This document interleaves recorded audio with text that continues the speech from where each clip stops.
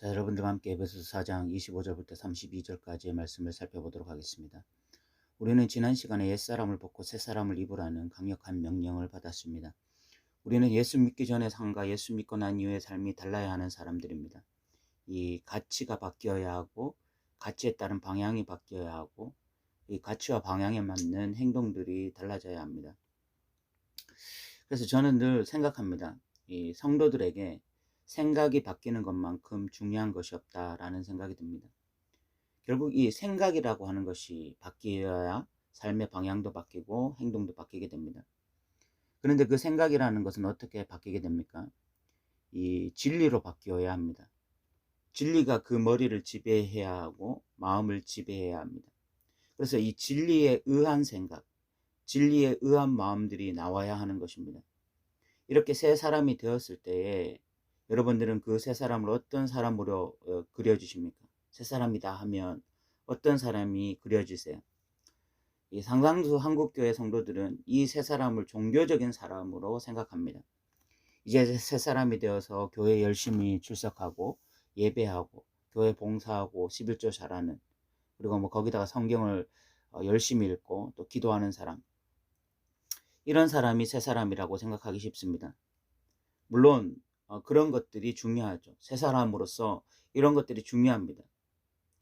그런데 새 사람이라고 하는 것은 그 이상의 어떤 의미를 담고 있습니다. 그런 어떤 스펙트럼이 훨씬 넓은 것이 새 사람이에요. 저도 예전에는 그런 종교적인 어떤 영역에서 열심히 탁월한 사람을 새 사람이라고 생각했는데, 그런데 성경에 보면 전혀 다른 이야기를 합니다. 새 사람의 모습은 우리가 생각하는 그런 종교적으로만 열심히 있는 사람이 아니라 삶을 담아내는 사람, 삶을 담아내는 신앙인이 된다는 것을 알 수가 있습니다. 오늘 이 25절부터 32절까지 세 사람의 어떤 그 특징이 나오는데, 이 세 사람의 특징은 모두 다 삶에 맞춰져 있습니다. 삶의 이야기에 맞춰져 있습니다. 그런데 이 표현 방식이 무엇은 하지 말고 무엇은 하라, 이런 식으로 표현되어 있습니다. 먼저 25절을 보면 거짓을 버리고 참된 것을 말하라, 거짓은 하지 말고 참된 것은 하라, 이런 식으로 표현되어 있습니다. 25절을 보면 그런즉 거짓을 버리고 각각 그 이웃과 더불어 참된 것을 말하라, 이는 우리가 서로 지체가 됨이라 라고 이야기하고 있습니다. 이 세 사람의 첫 번째 특징이 거짓말하지 말고 진실을 말하라는 것입니다. 굉장히 일상적이고 상식적인 이야기죠. 우리는 이 신앙과 정직을 잘 연결시키지 못할 때가 많습니다. 그래서 남을 속이는 일상을 반복할 수가 있어요. 예를 들어 장사를 하는 사람이면 이 정상적인 이익을 남기려고 하지 않고 소비자를 속여서 과도한 이 이익을 남길 수가 있습니다. 또한 정부에 마땅히 내야 할 세금을 내지 않고 탈세를 할 수도 있습니다. 이런 것이 거짓을 말하는 것입니다. 그런데 이제 새 사람이 되었다라고 하는 것은 이런 거짓을 버리고 참된 것을 말하기 시작하는 거죠. 어떤 분이 장사를 하셨는데 자꾸 남을 속여야 하는 상황에 노출되어서 과감하게 그 장사를 포기하고 연탄 장사를 시작했다라는 고백을 들은 적이 있습니다. 저는 이런 것이야말로 이 세 사람의 특징이다라는 생각이 듭니다. 우리가 자꾸 거짓말하지 않고 이제 정직하게 살려고 하는 것, 참된 것을 말하려고 하는 것, 이것이 진짜 세 사람의 특징이다 라고 말을 할 수 있는 거죠. 두 번째, 분을 내는 것은 되지만 분 때문에 죄를 지어서는 안 되고 해가 지도록 죄를 품지 말아야 된다라고 말을 하고 있습니다. 어떤 그리스도인들은 이 분이 나는 감정 자체가 죄라고 생각해서 이 죄책감에 빠집니다. 이 성욕이 순간적으로 이렇게 생기는 것에 대해서 또 죄책감을 가지기도 합니다.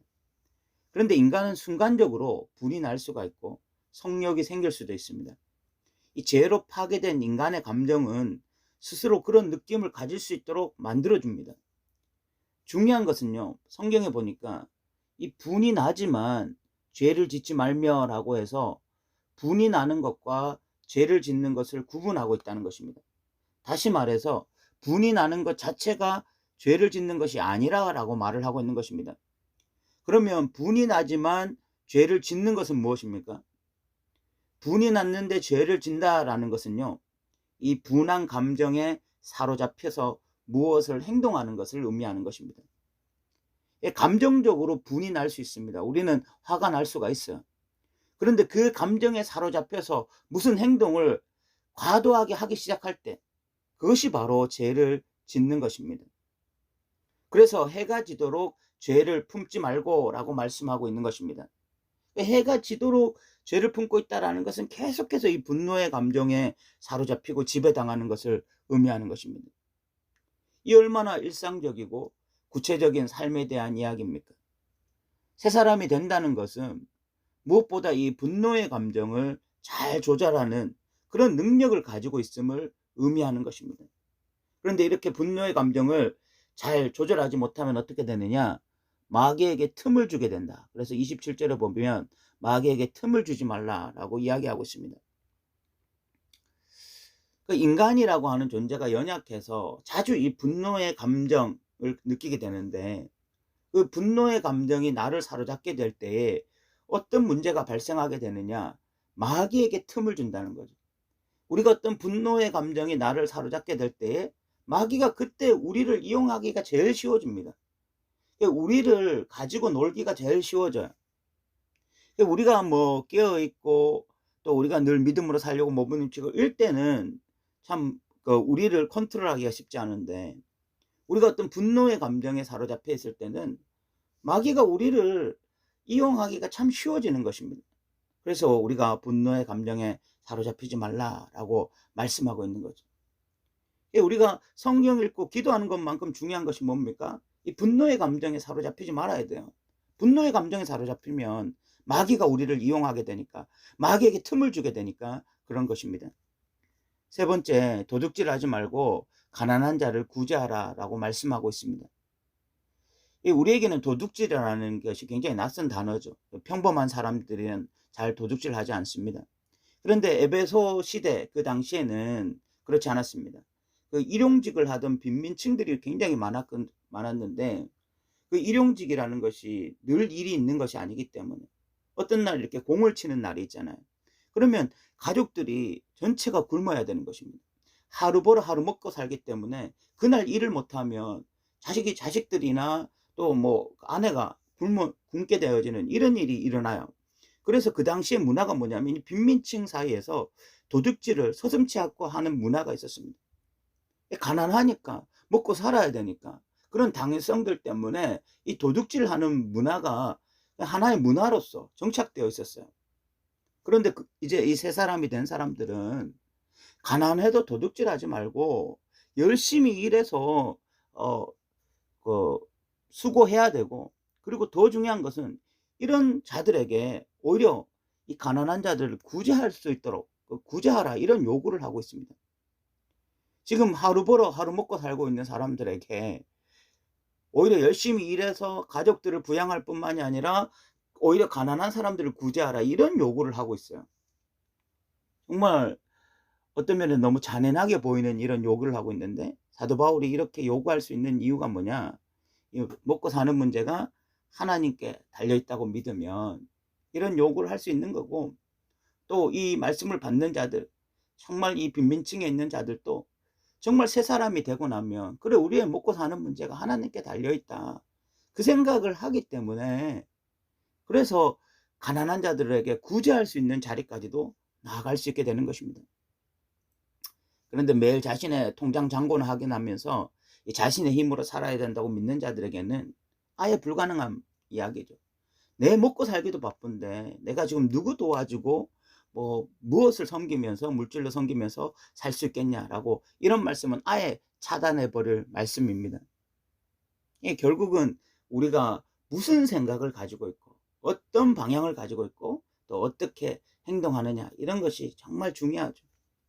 네 번째는 말에 대해서 말을 하고 있습니다. 더러운 말은 입 밖에도 내지 말고 오직 덕을 세우는 데 소용되는 선한 말을 하라라고 29절에 권면하고 있습니다. 이 더러운 말이라는 것은 음행이나 남을 향한 비방과 저주와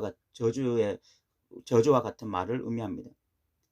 이 그리스도인들도 분위기에 휩쓸려서 이런 음담패설을 할 수도 있고 남을 향한 비방과 저주의 말을 할 수도 있습니다. 그렇게 하지 말라는 것입니다.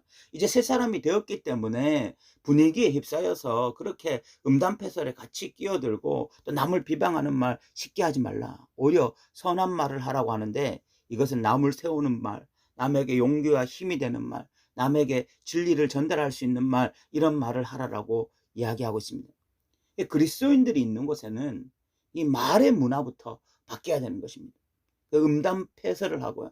남을 비방하던 그런 말이 주가 되었던 어떤 공동체가 그리스도인들이 들어감으로써 오히려 좋은 말, 선한 말, 긍정적인 말, 이런 말의 문화가 바뀌어야 한다고 말을 하고 있죠. 다섯 번째는 이 성령을 근심하지 말게 하라고 말씀하고 있습니다. 30절에 그렇게 나와 있죠. 이 성령을 근심하게 한다는 것이 무엇입니까? 이 진리를 따라 살지 않는 옛사람으로 사는 것을 의미합니다. 성령은 그냥 모든 사람을 바라보면서 근심하는 분이 아닙니다. 성령님이 지금 근심하는 대상은 믿는 자들을 바라보면서 근심하고 있는 거예요. 왜 믿는 자들을 바라보면서 성령님이 근심합니까? 믿는 자가 믿는 자답게 살지 않고 있는 거죠. 옛 사람처럼 사는 것입니다. 총명이 어두워지고 무지함과 마음의 굳어짐이 가득한 것입니다. 진리가 그들을 지배하지 못하고 한 주간 그냥 정신없이 살아가는 것입니다. 자신이 그리스도인이라는 정체성도 없고 하나님 앞에 서 있다는 의식도 없습니다. 그냥 먹고 살기 위해서 분주하게 살아가는 거죠. 그럼 성령의 이 근심의 주 대상이 될 수밖에 없는 것입니다. 사도 바울은 새 사람으로 살아감으로써 성령을 근심하게 하지 말라고 말씀하고 있는 것입니다. 31절에는 악독, 노함, 분냄, 떠드는 것, 비방하는 모든 것을 악이 함께 버리거라고 말하면서 32절에 서로 친절하게 하며 불쌍히 여기며 서로 용납하기를 하나님이 그리스도 안에서 너희를 용납하신 같이 하라라고 권면하고 있습니다.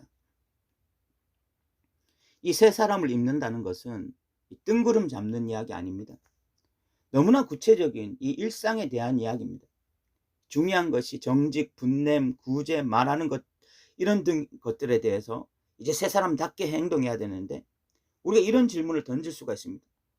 세상 사람들이 더 정직하게 살 수도 있고 세상 사람들이 더 분내지 않고 살 수도 있고 세상 사람들이 더 구제하며 살 수도 있고 세상 사람들이 더 말을 품위 있게 하면서 살 수도 있는 거 아닙니까?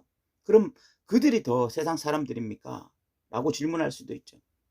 여기에 아주 중요한 하나를 더해서 말해야 됩니다. 그것은 바로 이 모든 것을 하나님 앞에서 행하라 라고 하는 것입니다. 왜 일상이 중요하냐면 우리는 하나님 앞에 서 있는 자들이기 때문에 그렇습니다. 왜 정직하려고 하느냐? 왜 하나님 앞에 서 있다고 생각하기 때문에 정직하려고 몸부림치는 것입니다.